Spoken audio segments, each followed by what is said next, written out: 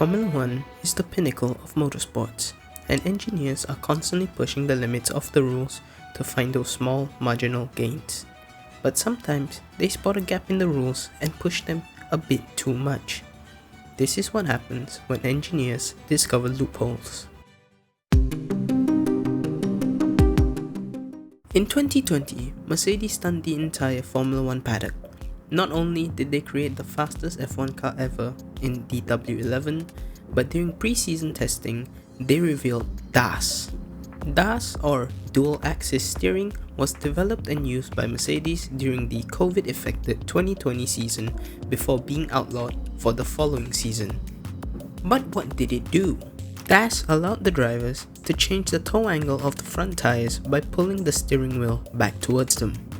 This gave Mercedes an advantage when it came to warming up tires, and as such, DAS was not a performance-enhancing device, but rather a device used to allow the Mercs to work in a wider range. It allowed them to get better safety car restarts and prepared the tires ideally for qualifying. Movable aerodynamic devices, with the exception of DRS, are illegal in Formula 1. But in 2010, McLaren got around this when they introduced what we would call the F-Duct. When McLaren revealed their car for the 2010 season, people quickly noticed a peculiar duct that protruded from one side of the nose of the McLaren. It was quickly dubbed the F-Duct, owing to the fact that the inlet was located next to the F of the Vodafone logo. The F-Duct was a system designed by McLaren to reduce drag and increase straight-line speed by stalling the rear wing through a complex series of pipes located within the car. This device could be considered a precursor to DRS, which was introduced the following season.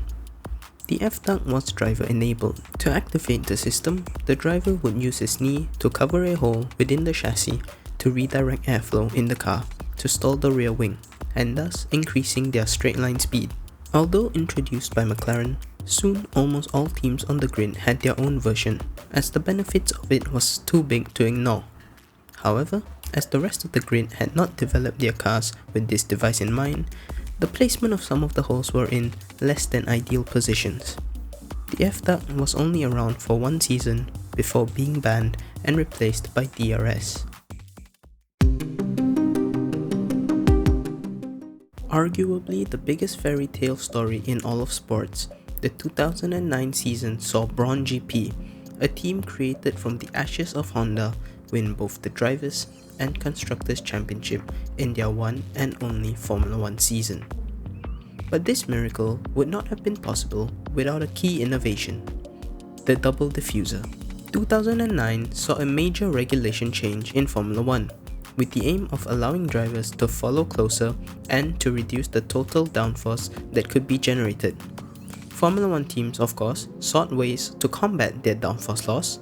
Unlike the other devices in the video, it wasn't only one team that had the double diffuser. In fact, Brawn, Toyota, and Williams all had a version of the double diffuser at the start of the season.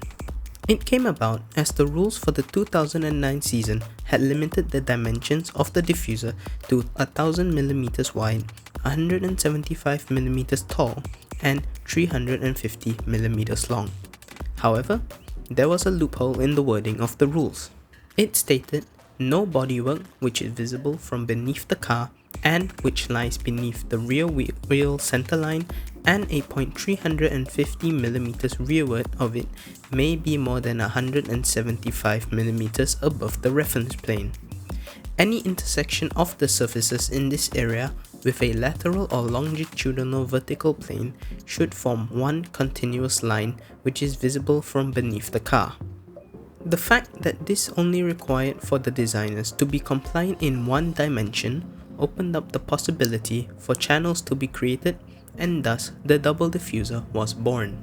The design did not go down well with the other teams, which, having missed the trick, knew it would be an issue to get the double diffuser incorporated on their cars in such a short amount of time.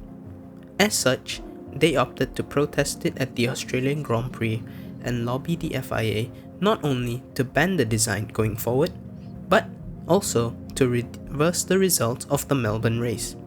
However, they failed and could not get rid of the double diffuser, and the rest is history. During the summer of 1997, sharp-eyed Formula 1 photographer Darren Heath spotted Mika Häkkinen's McLaren with its brake disc uncharacteristically glowing orange in the middle of a corner.